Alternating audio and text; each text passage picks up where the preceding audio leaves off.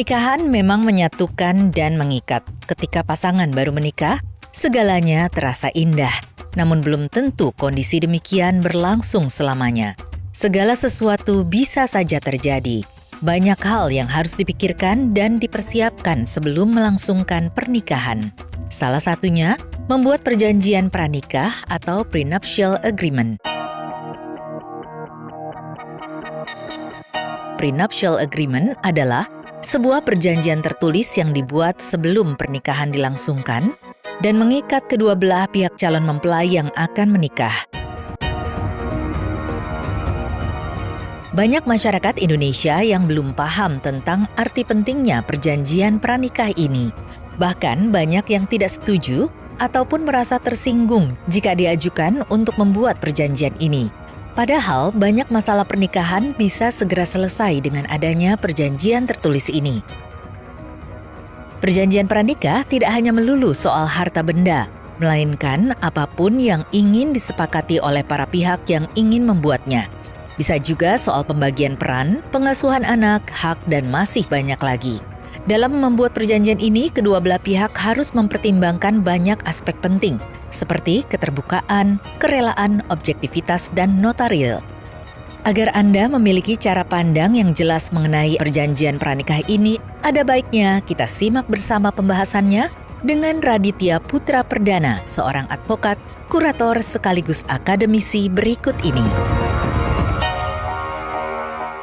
Halo, selamat malam pemirsa. Senang kembali saya Oki menjumpai Anda dalam program Telisik Hukum, sebuah program yang akan mengajak Anda menelisik lebih jauh, lebih dalam tentang persoalan-persoalan hukum yang terjadi di sekitar kita. Pada episode kali ini, Telisik Hukum akan mengajak Anda untuk membedah kaitan tentang suatu hal yang dalam satu dekade terakhir ini menjadi tren dalam kehidupan bermasyarakat, yaitu perjanjian pranikah. Belum banyak yang kita ketahui tentang apa itu perjanjian pranikah, termasuk implikasinya secara hukum terhadap kedua pasangan maupun terhadap keluarga. Untuk membahas hal ini di studio telah hadir seorang akademisi dan juga praktisi hukum, Mas Raditya Putra Perdana, yang akan mencoba membedah dan memberi informasi lebih jauh tentang apa itu pranikah, termasuk tentang persoalan-persoalan yang akan melingkupi di dalamnya.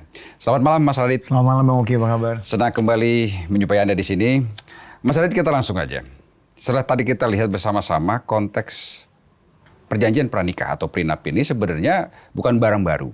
Tetapi dalam satu dekade terakhir ini seakan menjadi tren baru di masyarakat Indonesia. Terutama setelah banyak sekali tokoh publik mempublish perjanjian pranikah mereka ke masyarakat. Sebenarnya, apa sih sebenarnya perjanjian pranikah itu, Mas Rid? Baik. Secara gramatikal kita bahas dulu. Perjanjian pranikah. Undang-Undang nomor 1 tahun 1974 tentang perkawinan mengatur di pasal 29 terkait dari perjanjian pranikah. Oke. Perjanjian yang dapat dibuat oleh para pihak sebelum pernikahan itu berlangsung. Namun ada beberapa cakupan yang dapat tertera namun tidak dapat dan juga tidak dapat tertera. Nah, kenapa baru hits akhir-akhir ini? Dikarenakan ketabuhan oleh para pola pikir dari bangsa Indonesia sendiri.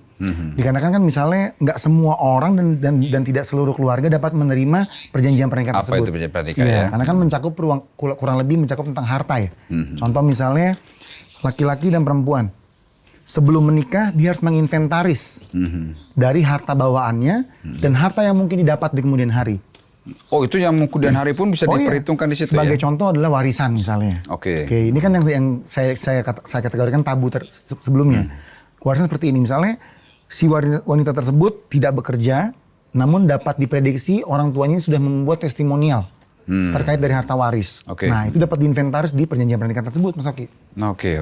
Gitu. Berarti konteksnya bahwa ini bicara tentang bagaimana membagi kepemilikan gitu ya? Iya. Kepemilikan apapun, apakah memang hanya dalam skup harta aja atau kepemilikan misalkan nanti anak, misalkan nanti juga hal-hal lain yang tidak terkait dengan harta? Oke, di dalam pasal 29 tersebut mencakup kurang lebih harta namun tidak melanggar ketentuan norma sosial dan kemanusiaan. Contohnya? Contohnya anak tidak dapat dibagi sebelumnya. Oke. Walaupun sebelumnya banyak juga saya dengar, cuma tidak tahu kasus ini sempat juga menjadi bahan pembicaraan apabila nikah beda agama nih misalnya. Kan suka ada tuh. Nanti di kemudian hari itu tidak dapat tertera dalam perjanjian pranikah tersebut. Oke. Nah itu salah satunya. Kalau anak tidak dapat dibagi. Anak tidak dapat dibagi. Tapi kan ada aturannya ya mengatur bahwa anak baru bisa istilahnya bebas menentukan sikap segala macam itu dalam batas Di waktu Muslim tertentu. itu untuk kompilasi hukum Islam bagi kita beragama Muslim mumayyiz namanya. Namun kalau di Undang-Undang 174 itu kan mencakup agama Islam dan agama lainnya itu di umur 17 tahun atau 18 17 tahun. Iya. Dan itu tidak boleh diterapkan dalam perjanjian pranikah Tidak ya? boleh, karena itu bertentangan dengan norma sosial dan kemanusiaan. Oke, bicara perjanjian pranikah, ini kan ya tentu saja banyak yang akan sedikit menentang gitu ya, karena konteks tadi tidak terkait langsung dengan budaya kita yang tidak mengenal itu. Kenapa fenomena ini terjadi? Apakah menurut Anda sendiri karena persoalan pemahaman hukum masyarakat Indonesia sudah semakin meningkat, atau emang sekedar ikut-ikutan tren? Saya rasa itu dua orang yang berbeda ya Bang Oki ya. Kalau menurut saya memang saat ini lebih ke preventive action para pihak. Oke. Lebih sikap untuk menjaga sesuatu hal yang kemudian terjadi di kemudian hari. Berarti aware terhadap persoalan hukum yang akan ada ya? Hukum yang ada. Oke. Contohnya kan beberapa hits artis sebelumnya atau public figure sebelumnya yang mana para ahli waris bersiteru dikarenakan harta waris gitu kan. Juga para pihak. Sebenarnya prenup ini juga dapat mencegah profesi dari para pihak tersebut, suami atau istri. Biasanya profesi yang high risk seperti advokat atau dia lembaga atau dia pejabat negara atau bertentangan dengan hukum, itu dia sebenarnya lebih membuat prenup ini sebagai preventive action di kemudian hari terhadap profesinya. Biasanya pengalaman Anda Mas Radit, Ya. prenup ini siapa sih yang diuntungkan? Para pihak. Para pihak. Karena kan setiap para pihak ini, ada penguntungannya, ada kerugiannya. Banyak juga orang gagal nikah gara-gara prenup ini. Karena tidak ada kesepakatan ya? Tidak menemukan titik mufakat, orang tua yang tersinggung di antara para pihak.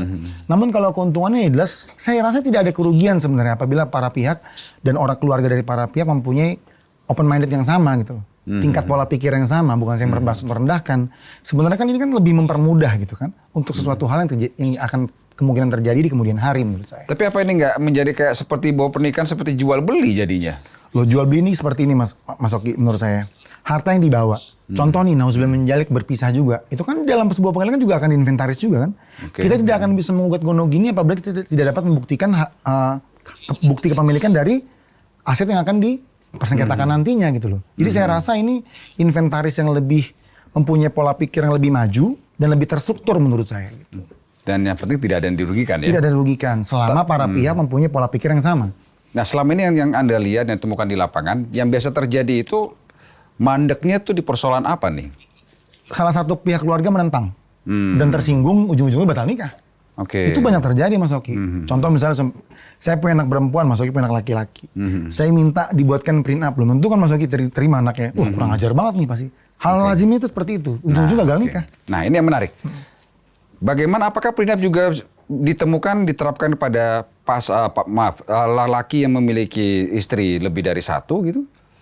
Sebenarnya dibuat mengacu kepada pasal 29 tadi, dibuat sebelum pernikahan berlangsung. Oke. Tidak tertera di situ selama kalau misalnya ini kita berbicara konteks konotasi Muslim, ya selama beliau mendapatkan penetapan poligami ya apa salahnya menurut saya. Namun tetap kita mengacu pada kitab pasal 29 sebelumnya dibuat sebelum pernikahan ini berlangsung dan disetujui oleh para pihak dan tidak. Kalau bicara poligami, apakah setelah dia mendapat persetujuan poligami, penetapan atau pembuatan prenup dengan pasangan keduanya itu harus juga mendapat persetujuan dari istri pertama? Tentunya pastinya. Dikarenakan pihak ini sudah tidak dua pihak lagi, namun mencakup 3 pihak sebelumnya. Kan seperti ini Mas Oki, kita pertegas dulu. Prenup ini kan mencakup kepada harta yang diperoleh setelah pernikahan. Dan harta yang dibawa sebelum berlangsungnya pernikahan. Nah, harta yang dibawa oleh laki-laki ini patut untuk digarisbawahi apabila dipoligami dipersetujui dulu oleh istri pertamanya. Berarti itu harta yang muncul setelah dia menikah dengan istri pertama ya? Muncul setelah dia menikah dengan istri pertama dan harta yang akan dia bawa dengan pernikahan pada istri kedua. Oke. Ini yang menarik. Berarti dalam konteks itu sebenarnya banyak prenup jenis perjanjian pranikah yang bisa kita share di sini ya. Artinya banyak hal-hal yang mesti masyarakat ketahui dan tanda kutip untuk memilih perjanjian pranikah mana yang lebih tepat buat kebutuhan mereka ya. Kita akan bahas secara lebih. Dan pemirsa Telisik Hukum, kami akan segera kembali. Pembicaraan kita makin seru tentang perjanjian pranikah. Jangan kemana-mana, Telisik Hukum segera kembali.